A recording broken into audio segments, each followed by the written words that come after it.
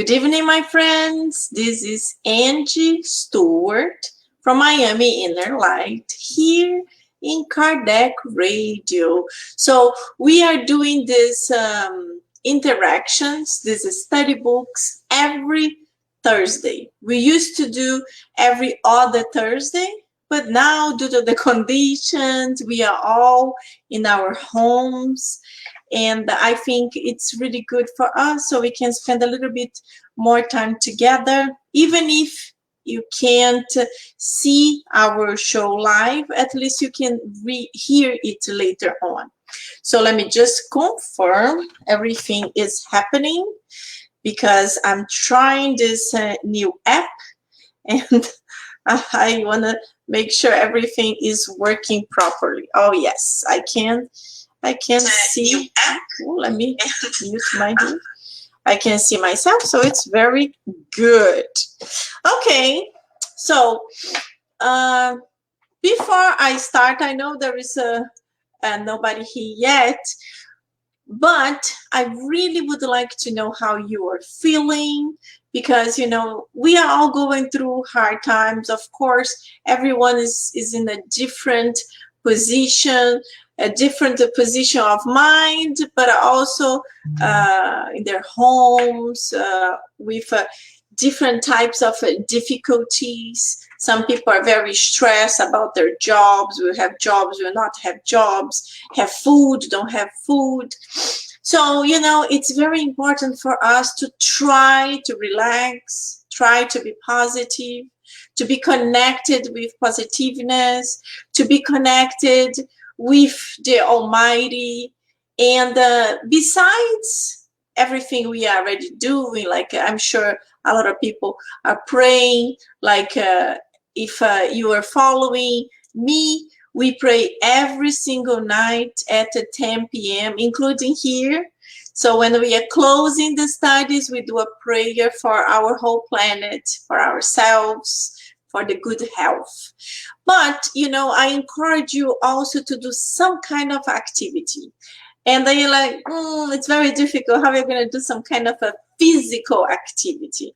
Well, you only are not going to do because if you don't want. You know, nowadays technology is everything. So you can put YouTube on your TV or on your cell phone, and you can see videos of people helping you with many different exercises. Me, I'm trying to do twice a week exercises. So I love dancing. So I'm doing Zumba. And right before coming here, I took a shower because I did 1 hour or a lot of dancing. And, you know, it produces a lot of good energy in our physical bodies also. So we need this. So if you can, put your furniture sideways, put the table, the couch, and exercise your body. It will bring so much good to your mind. You have no idea. This is really good. I feel so happy now. Okay, so as we always do, let's do our initial prayer, and then I'm going to show you a book that I just started. I love reading, and I think this is a wonderful time for us to do it. Okay? Almighty God, our Master Jesus, thank you so much for helping us to be here tonight in order to be able to study a little bit about spirituality, to follow the teachings of Master Jesus, but most of all, to connect with the enlightened spirits, to receive inspirations, receive this good vibration so we can keep our energy high in such a difficult times we are going through. Please stay with us now and always. Thank you. So be it. Very good, my friends. Very good. So, I know, unfortunately, this book is in Portuguese, but look, the name is Perturbações Espirituais. Spiritual perturbation would be the translation. It is from Divaldo Franco. And this book It's a book that talks about lots of difficulties that our planet is going to go through in order to be able to leave the new phase. The new phase, the planet is arriving, the phase of regeneration. So it's really good. It's beautiful. I just started, and I think it's a good time for us to read a little bit more. If you read, that's wonderful. I love reading, and I have to control myself to don't waste too much time on WhatsApp. Nowadays, I waste more time on WhatsApp than Facebook or any other kind of social media. So I really try to focus on reading a little bit every day.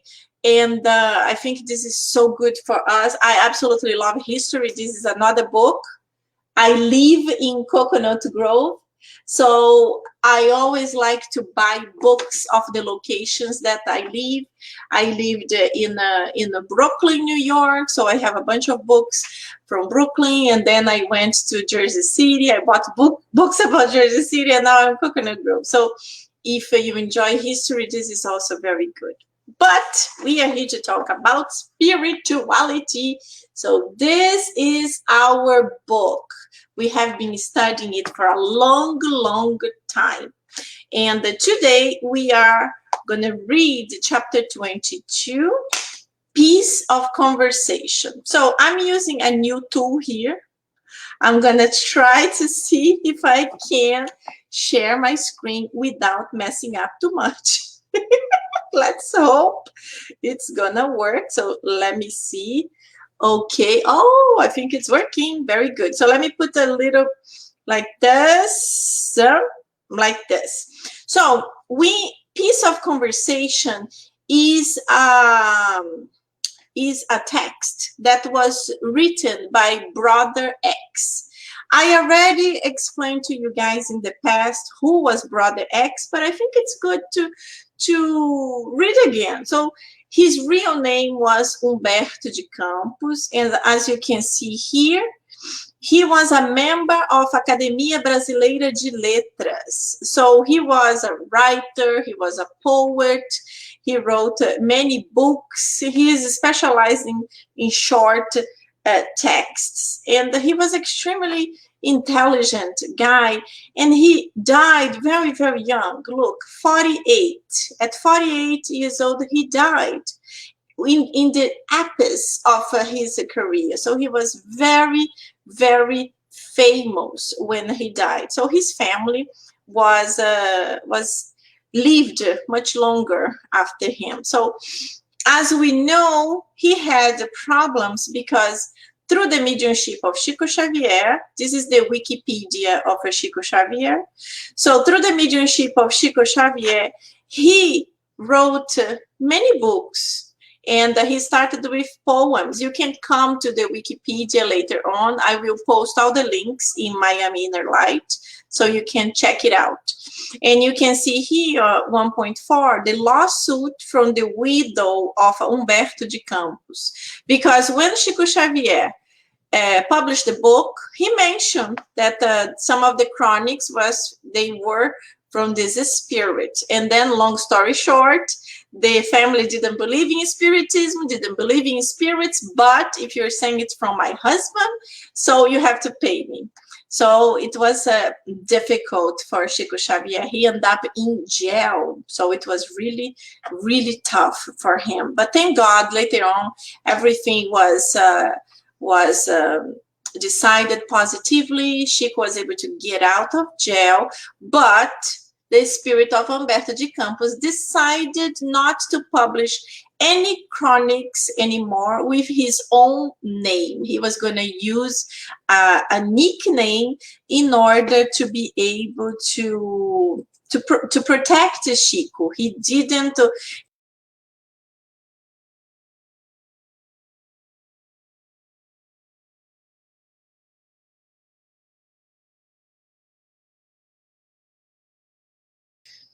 Yes. Okay, so I just want to show you this picture here. I think you can see this. So this picture here is a map. I hope that's what I'm showing you guys. So this picture here is a map that shows here, you can see Turkey here, and you cross through the whole Europe, Italy, France, Spain, and all the way on top of here, the north of Portugal and Spain is Galicia. So this is the place the chronic is going to talk about, the chronic that we are going to be reading now. And this is Cappadocia. Look how gorgeous. It's a very famous location in Turkey. Thousands of tourists go there every year to visit these beautiful mountains where in the past people lived. So if you also Google Cappadocia, you will see how beautiful it is, how interesting, and look how the population from the time, they had already like little caves where they lived. So they constructed a whole city in this mountain. Extremely interesting. So, okay, good. I just wanted to show you a little bit so it gets a little bit more exciting than just seeing me all the time. I hope you guys can participate a little bit more. I see some friends here. Very good, my friends. Welcome, welcome. I see Sol, Teresa, Gabrielle. Very nice to have you all here. Hello, hello. So as usually, I'm going to read the text, and please, you can write, you can make comments, and we can talk about it when I finish. Title, Piece of Conversation, Brother X. In regard to the dissemination of the Spiritist doctrine, said right now Samuel de Sirin, an old friend of the Israeli culture, I recall a simple event that the centuries erased. And he told us, once, in the first years of Christianity, the plague devoured a great extension of Cappadocia and Galicia, reducing industrious populations to despair. After the fulminating disease, hunger came, and with hunger appeared sadness and scarcity, affliction and abandonment. Large movements of solidarity were improvised here and there to help the victims. The appeal of the public generosity reached Antioch, where a group of abnegated Christians gave of themselves to the apostleship of serving. In a few days, a number of families gave away a number of utilities, with generous hearts, offered financial resources in favor of the helpless ones. There were so much precious resources that 6 full boats left the harbor of Seleucia. The trip is started between prayers and songs of praise. However, after a few hours, a dense fog fell over the waters, and the clouds were so close that they seemed mountains of coal in form of fog. Night came without a hint from the sunset, but a tenuous brightness, remembering a distant lamp. After a long period, under the agitated wave, the beneficent fleet was thrown to massive cliffs, breaking up in pieces at the encounter with the rocks. The lighthouses of the neighboring island were out because the lighthouse keepers forgot to turn them on, and the precious cargo was completely lost. This old passage and the This old passage, my friends, illustrates the need of careful dissemination of Spiritism in all directions. Undoubtedly, we all need goodness that helps the body and heals its ills. But it is not permissible to forget, without serious damage, the needs of the spirit. This is the observation of one of the experienced friends that accompany us in the trip, while in conversation with us in this pleasant evening. I write it down through the mediumistic pencil as a template before I get back to his company. Because today we tenderly read here the unforgettable advice of Allan Kardec, without charity there is no salvation, it will be fair to add, with our respect to the memory of the codifier, that without light there is no pathway. Paris, France, August 23rd, 1965. So as you can see, the mediumship of Chico Xavier and Valdo Vieira, one of the two, wrote this piece from the spirit, Brother X, that was having a conversation with this other spirit, Samuel de Sirene, who was an old friend from the Israeli culture, and he told us this story, this old story. So it's interesting for us to think about this, because plagues, viruses happen through the whole time. This is not the first time and will not be the last time. And as we know from the Spirit's book, when we study the law of destruction is one of the many laws, and it will continue happening. And it depends when God thinks it's important for us to evolve faster. I know it's hard. A lot of people say, this is crazy. Why we have to evolve through destruction? Thousands of people die every time a tsunami comes, an earthquake, and this and that. Yes, this is true. But I already explained here before that this is a way for us to evolve faster. Because unfortunately, we are not the spirits that are able to evolve quickly through love.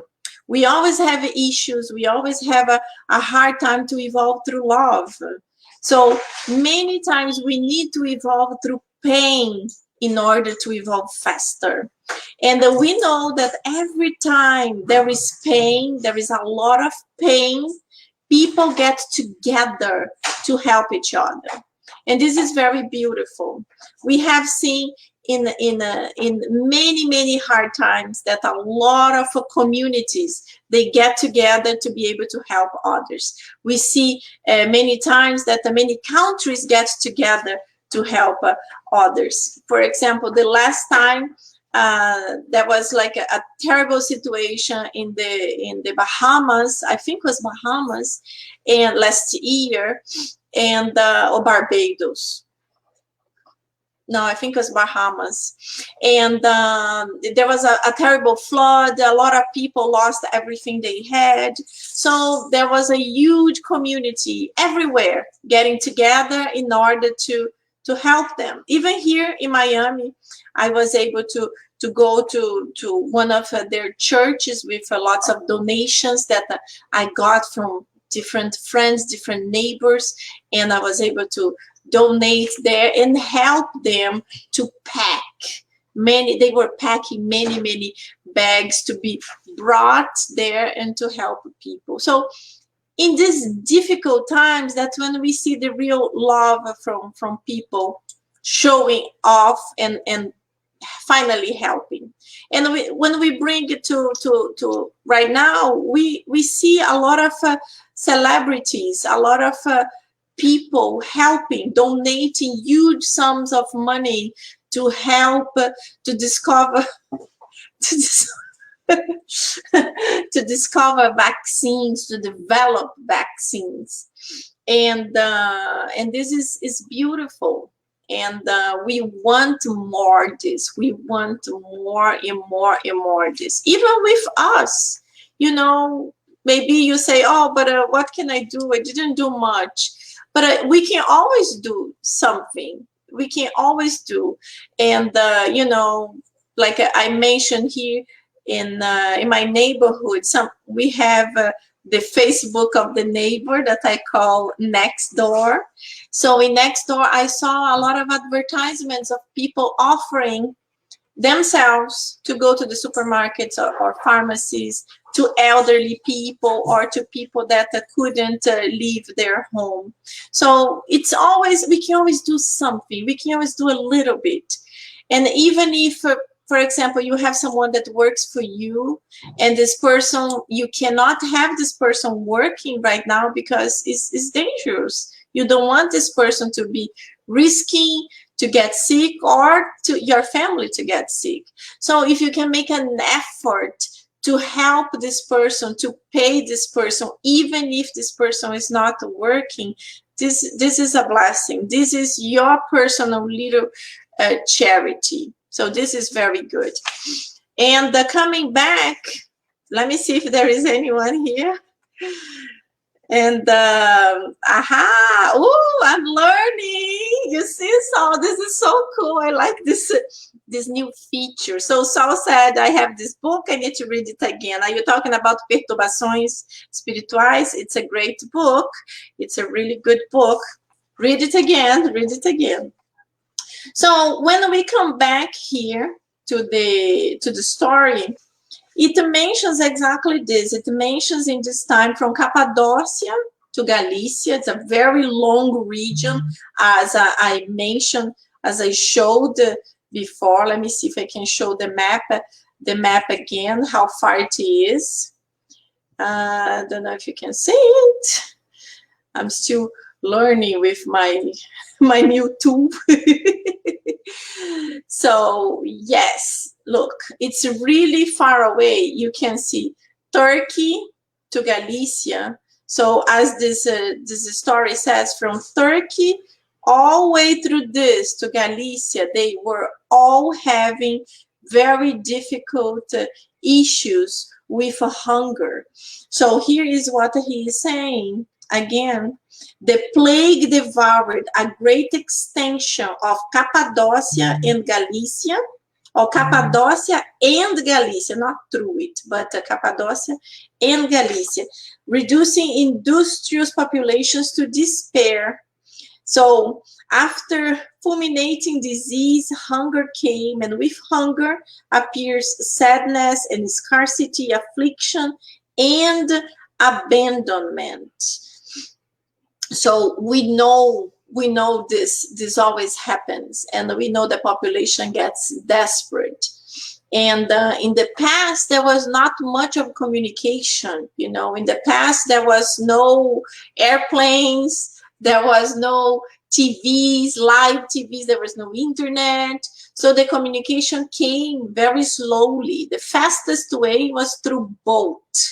But sometimes they had to use camels or donkeys. That's how they crossed through countries. So when the communication came, that's when the people got together to help them.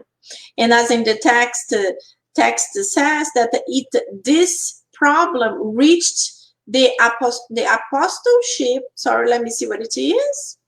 It reached the group of abnegated Christians from Antioch that gave themselves to the apostleship of serving. So they also got together in order to help.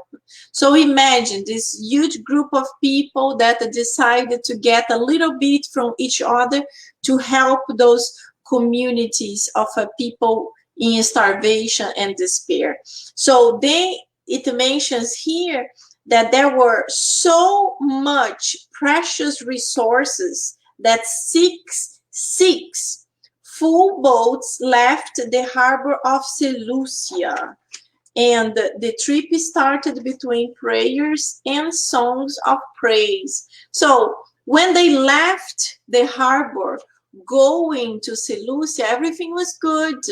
Everything was good. They had the precious cargo. They were in prayers. They were maintaining good vibrations. But when they are approaching the location, the island, they are going to deliver the goods. Then this very heavy fog came down on them, and then it was very difficult for them to see. Can you imagine? You are on a boat, the fog is very heavy, you can't really see. Only if you have ever been in a fog, in a dense fog, for you to understand. Because it's not a little bit of white things on your front. This is not a heavy fog. I have been through heavy fog few times. And one time in Búzios, actually. Búzios, Rio de Janeiro, Brazil. And yeah, it's like heavy fog, yes. Heavy fog. We couldn't believe it was a morning time and we couldn't see anything. I was in a car with a few friends, and my friend, she was driving, and we were terrified because you barely could see few meters ahead of you. So we had to drive super slowly because there were a lot of cars, and cars start stopping. And thank God we were able to go through that and reach to our destination. And it was something that I couldn't believe. From one minute to the other, you couldn't see anything. It was like a cloud from sky, white, was in front of you. So very difficult. And then imagine you are in the ocean. You are in the ocean and this heavy fog is there. You cannot see the port. You cannot see where you have to reach, where you have to arrive. And you have all the waves, very difficult situation. So unfortunately, because of this, because of the heavy fog, they didn't, in that time, they didn't have any really good type of equipment. They maybe had a little bussola, I don't know how to say this in English, but they really didn't have any good type of equipment to be better guided. So they counted really on their eyes, on what they could see. And if they couldn't see, and that's exactly what happened. So he said that a night came, so got even worse. Night came without a hint from the sunset, but a tenuous brightness, remembering the distant lamp after a period under the agitated wave, the beneficent fleet was thrown to the massive cliffs, breaking up in pieces at encounter with the rocks. And then the lighthouses of the neighboring island were out because the lighthouse keepers forgot to turn them on. So what is the message from this?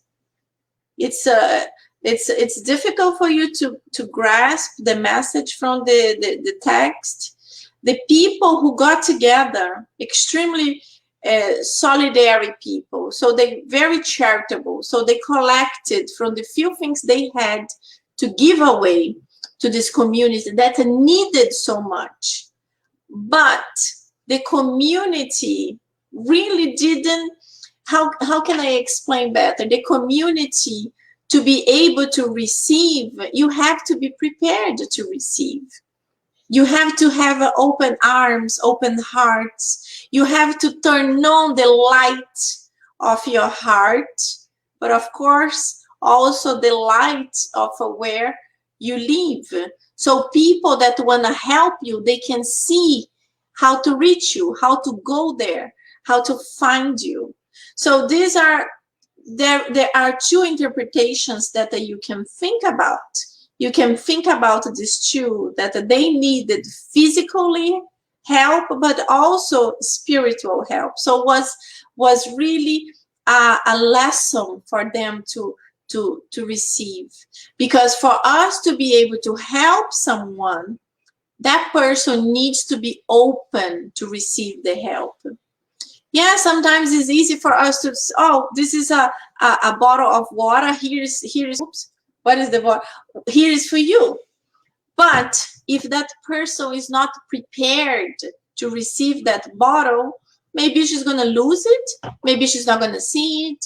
Maybe it's not the time for that person to give the real value of that water. That's what the text is trying to explain to us. So everything has the correct time.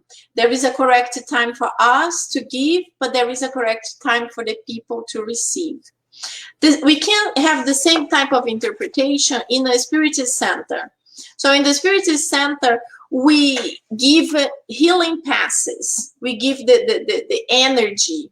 We pass our hands through the physical bodies of the people, removing the negative energies, and then putting the energies from the spiritual guides through the physical body of these people. So through their healing points of energy, that they are also called chakras, the people are able to benefit, to receive it. But if a person goes to the Spiritist center, sits there, and when we tell, okay, now we are going to start the healing passes, please open up your minds, open up your hearts, and pray to be able for you to be connected with the enlightened spirits to help you. If that person sits there and the person is like, I don't believe in any of this. The person is with the eyes closed, maybe is with the hands open, like it's receiving that fluid, but the mind of the person is like, I don't believe in any of this. I don't know what I'm doing here. This is so silly. This person shaking these hands in front of me. I can't wait to get out of here. This makes a wall of cement between you and the enlightened spirits. It makes it much, much more difficult for the person receive this energy. Yes, there is a small percentage of people that even if they don't believe and they don't accept and they are saying no, no, no, they still will benefit because they have merit. But this is a very small percentage of people, because we know the enlightened spirits, they have to work extra, extra hard in order to be able to give you this spiritual treatment. So if you go there and you open up and you still don't believe, you still don't understand, but at least you're like, I am here. I don't understand this. It's very strange for me, but I need help. So let me just try to be positive. I don't know what they are doing, but God, please help me. And if this is going to bring me any type of benefit, help me to benefit. This is how a person should go when they are in a Spiritist center, or when they go to any type of a religious place that they are saying they are going to transfer some kind of good energies or prayers or whatever. So this behavior of our mind affects our physical body. So this is the type of thing that Humberto de Campos was trying to give to us with this text, saying that this population, they needed the physical help. They were desperate for it. But maybe it was not the time for them to receive it yet, because they were not prepared to receive that. They forgot to turn on the lights of the lighthouses, but also of their hearts. So we understand that God has these different ways of teaching us important lessons. So many times it's very hard for us to accept, it's very hard for us to understand, but that's how God helps us to understand. And then the author, his name again, Samuel de Serene, he continues talking about it. So he says, the lighthouses of the neighboring island were out because the lighthouse keepers forgot to turn them on, and the precious cargo was completely lost. And then this old passage, my friends, illustrates the need of careful disseminating the Spiritism in all directions. Undoubtedly, we all need goodness that helps the body and heals its ills. But it's not permissible to forget, without serious damage, the need of the spirit. So the spirit needs to be prepared. So we know if the spirit is not prepared, the spirit will have to endure that a difficult time for a longer period of time in order to fulfill the needs of that spirit.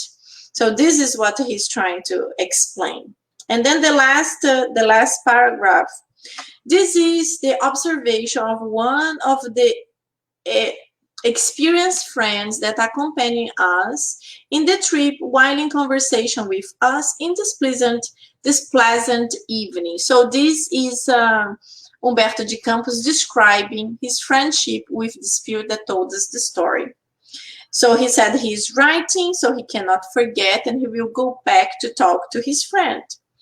And because today we tenderly read here the unforgettable advice of Allan Kardec, without charity there is no salvation, it will be fair to add, with our respect to the memory of the codifier, that without light there is no pathway. So that's what he's mentioning. Without light, the lighthouse, the light of our spirits, there is no pathway. So if we don't have light, we cannot see where we are going. We are going to walk like blind without knowing exactly where we should go. So this is beautiful lessons. It's profound. Needs a lot of deep interpretations to fully understand it. I hope I did a good explanation, trying to tell you guys about it. And we actually ended in time. I can't believe it. So we are going to go now to this other beautiful book, The Gospel According to Spiritism.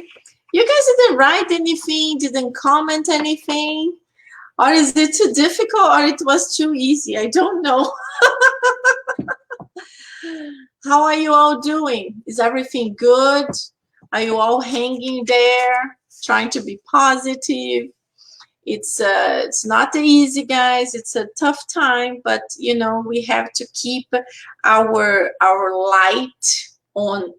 We have to keep it. We have to start feeding our light with all positiveness that we can. So this study and so many other studies are helpful. So let's exercise this wonderful tool that we have, Kardec Radio. There are so many beautiful books and a lot of people doing a great job. There are a lot of people, a lot of good speakers that are using YouTube and also Facebook and different types of social media. So you can, enjoy this time that we have to be more focused on ourselves and in our families, so we can actually benefit from it. So, Gospel According to Spiritism, we are on chapter 7. Chapter 7, the title is Blessed Are the Poor in Spirit. So last time we started the item, whoever exalts himself shall be humbled. And we were talking about that many times people like to be important. And we were talking about the situation of the wedding feast that Jesus was explaining. If you are invited to a wedding feast, be careful where you're going to sit. Because if you take a very important seat, maybe the person that invited you is going to say, hey, I'm sorry, Angie, can you please give the seat to my mother? Because this is the seat for the family. And can you sit all the way in the back? And then the person who actually sat there in the front seat feels bad. So Jesus was saying it's much, much better when you are invited to someone to sit in a simple place, in a simple location. Because if it is to be the person that invited you really wants you to be there, he was going to go all the way in the back and say, hey, Angie, come here. Can you sit here? I want to introduce you to my family. So this is just an example to help us to understand how is important to be humble. Jesus is explaining that the little ones, referring to the children, to the little children, are the ones that are going to go to heaven because they have their hearts are humble. They are poor in spirit. They are simple. So this poor in spirit doesn't mean to be ignorant. There is a lot of a bad interpretation, people that really couldn't understand what Jesus was saying, and that they made a lot of confusion. But that's what Jesus wants to say. The people that are humble, the people that are simple, the people that don't want to show off, oh, I'm super important, I'm smarter, I'm the best. Because these ones are arrogant. These ones are not gonna go to heaven if you can think of a good, positive place. Because those, they still have a lot of things to go through, to learn. They still have to go through a very tough learning process. There is a story that I remember that I think it was Divaldo Franco who taught this story in one of his thousands of lectures. And it talks about a Spiritist speaker. So this Spiritist speaker, he was really good. He had all the books memorized. He had this power of speaking, and everybody was hypnotized when he spoke because it was so beautiful. And he described the stories, and he was always saying what was good, what is wrong, how to behave. And then one day he dies, like we will all die. One day he died. And he woke up in the spiritual realm in not a good shape. So instead of waking up there full of light, surrounded by enlightened beings, enlightened spirits that he used to talk about, he kind of woke up in not a good place, surrounded of not very good spirits, and requiring a lot of help. So his spiritual guide was helping him to recover, that he could kind of wake up. And when he was feeling a little bit better, but is still sick and in not very good region, he told his guardian angel, it's very strange how I am here. I always spoke about Spiritism. I used to speak to thousands of people.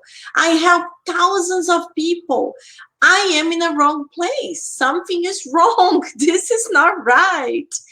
And his guardian angel was saying, no, everything is right. Nothing happens by a chance. You are where you're supposed to be. And then he sees a man. He sees a man passing by, and was an old man, a simple man that was always in the Spirit Center.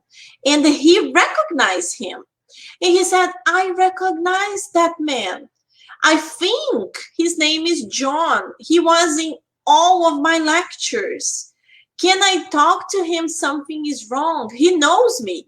So the guardian angel approaches the man who was surrounded by bright light, and he was surrounded by good spirits. And so they were kind of down, and this enlightened spirit was up. And he called him, Mr. John, Mr. John. And Mr. John saw him and said, "Oh, how are you, my son? You arrived here."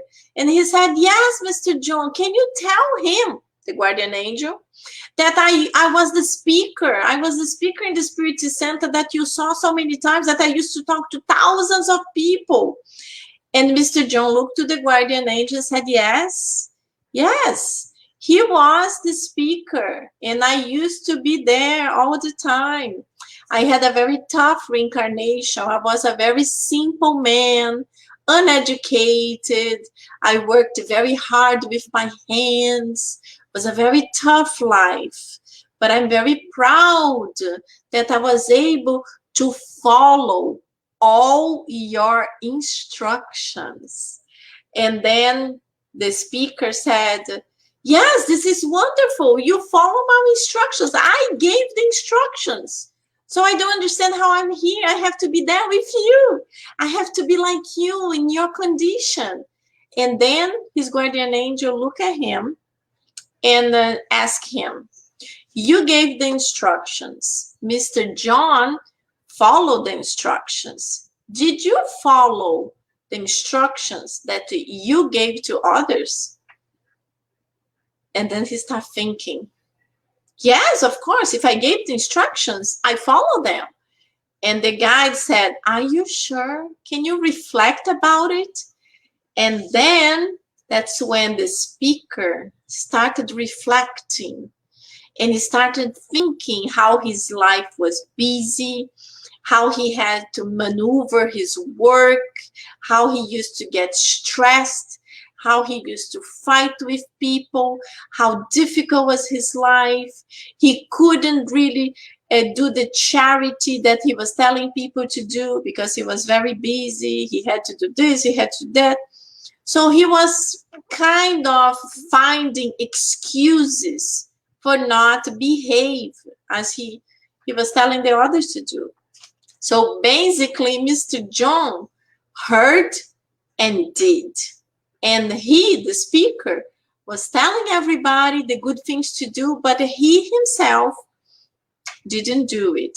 So that's how we are going to arrive there. We are going to arrive in the spiritual realm in a good way or in not such a good way, depending on our own actions. So whatever we are doing here, we are building up our life in the spiritual realm. So if we really want to have a better spiritual awakening, when we arrive there, we are a little bit better. It's wonderful that we are here talking for myself and listening and studying. But the very, very important thing is really the practice. Are we doing what we are learning? Because every day we are learning, especially now of social distancing. We are all home. We are spending much more time connected or reading books or listening to lectures, studies. So we are spending a lot of time on doing this. But are we taking time to practice it? Are we exercising the power of forgiveness? Because we all have our difficulties with people. I'm not even mentioning enemies because, enemies, it's more like things for the past, hopefully. We know there are certain situations that unfortunately people have enemies in their families and they are not able to forgive them. But this is the time that we have to exercise this power. This is the time that we have to really work hard and say, if I have this mother like this, it's because one of us made a big mistake in the past. And if she is not doing anything good in order to help our situation, I have to do it. And the same thing, brother, sister, kids or cousins or even friends. people that used to be your best friend, and unfortunately, for whatever reason, you don't talk anymore. Have you tried to approach this person to try to talk again? Maybe you did, and this person don't want anything to do with you. Oh, get out of here. Don't want to talk to you. Don't approach me. It's okay. You did your part. You tried. So if this person don't want, it's fine. You did it. So now it's time for you to pray for him, for her. Pray. Mentalize this person. And in your thoughts, ask for forgiveness. Send him or her good vibrations. Involve this person in a spiritual hug, telling him or her, I love you. Forgive me. Give me a chance. You know, maybe this is going to be a work for a lifetime. Maybe this is not, oh, you're going to do this and tomorrow this person's going to call you and say, oh, hey, let's hang out again. Maybe it's going to be for the next life. But you're already working. You're already working to help this process of healing to be a little bit better. That's what we have to continue doing, because if we don't do it, it gets more difficult. So I just want to read a little bit here before we finish, so we can finish in the same pathway. So here, number 6, it says the maxims are the consequence of the principles of humility, which Jesus incessantly presents as the essential condition for happiness promised to the Lord's elect, and which he expressed with these words, blessed are the poor in spirit, the humble, for theirs is the kingdom of heaven. He takes the child as a model of simplicity of heart. So that's what I had explained before. So the same fundamental thought is found in this other maxim. Let the one who wants to become the greatest be the servant. And this, whoever humbles himself will be exalted, and whoever exalts himself will be humbled. So we also have the examples that Jesus himself did. You know, we know the passage that Jesus arrives home, and there always were like employees of the house or women of the house that when men arrived from walking miles and miles, kilometers and kilometers a day, they used to remove their sandals and wash their feet. It was like a symbol, but it was also a way of helping them to feel more comfortable after walking so much in the desert. And the desert where Jesus lived was not the desert like the Sahara, the white sand. No, the desert there is like dust. It's like more like a I can't say muddy because it's very dry, but it's like that type of soil that's reddish. So your feet gets like red when you walk in that type of dry desert. And Jesus take the bucket and the cleaning material from the servant, and he himself start cleaning the feet of the apostles. So this, he wanted to show them that he was humbling himself. He was showing them that he, the master, the one who came from God to teach all of us, to teach us on earth how to behave, how to better improve, he humbled himself to wash the disciples' feet. And then Peter, the most crazy one, said, no, master, you don't touch my feet. You're not going to touch my feet. I don't allow you to touch my feet because you are the master and you cannot touch my feet. I should touch your feet because I should clean your feet to help you. And then Jesus tells him, Peter, stop. If you do not allow me to do it, you are not going to go to my Father's house.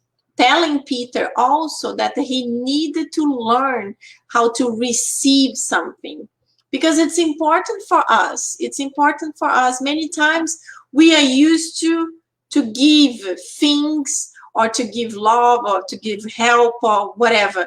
And whenever someone wants to give to us, we are like, no, no, no, no, no, no, don't do that, don't do that. I'm the one working. It's wonderful to work. It's wonderful to give. It's wonderful to be charitable. But we have to learn how to receive too. So this was a beautiful example that Jesus gave of how to humble himself, and he did through his disciples, and he taught Peter how to behave, because Peter, forget about Peter, he was a tough cookie.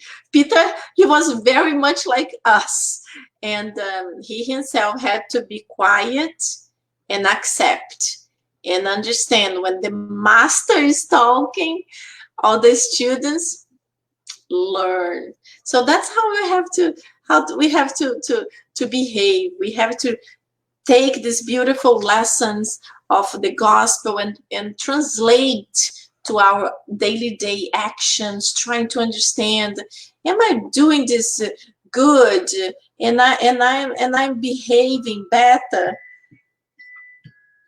And I'm just like reading Teresa's back to first book, being ready to receive.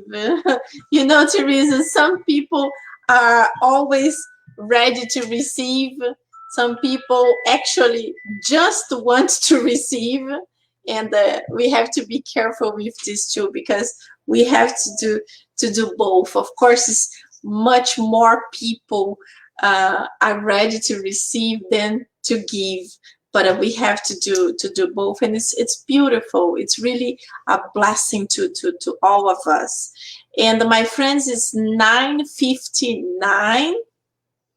Time for our prayers, you know, our prayers to involve our planet during this tough time of coronavirus.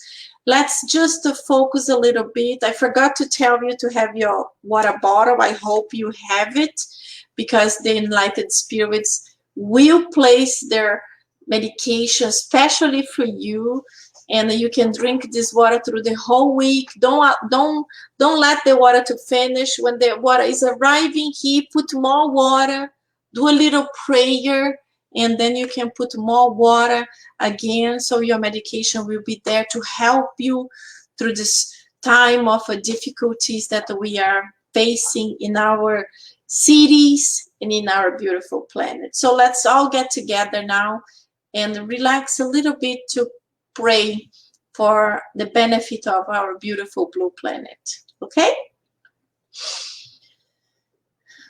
Dear God, our Master Jesus, our guardian angels, all the spirits that protect us, that guard us, the spiritual benefactors of Kardec Radio, of Miami Inner Light.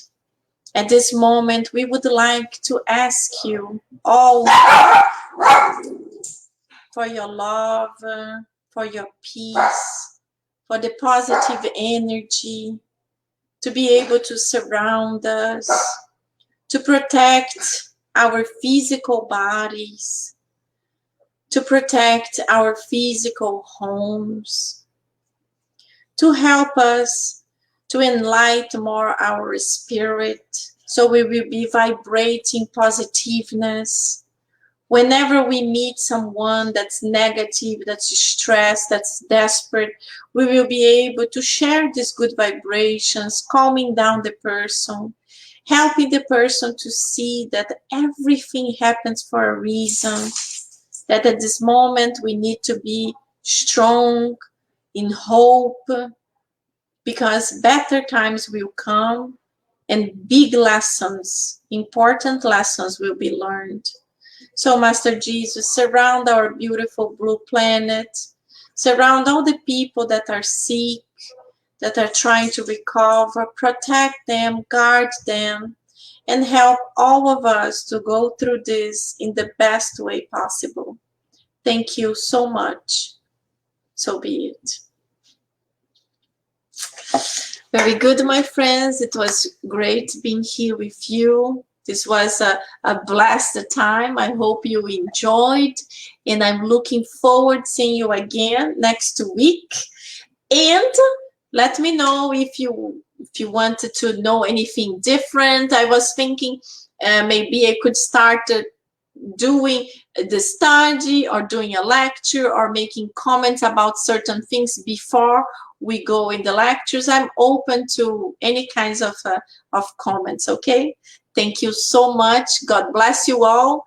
Have a great week, and hopefully we are gonna all continue with our positiveness super high, helping all the people that are not that good yet. Let's share love. Thank you. Bye.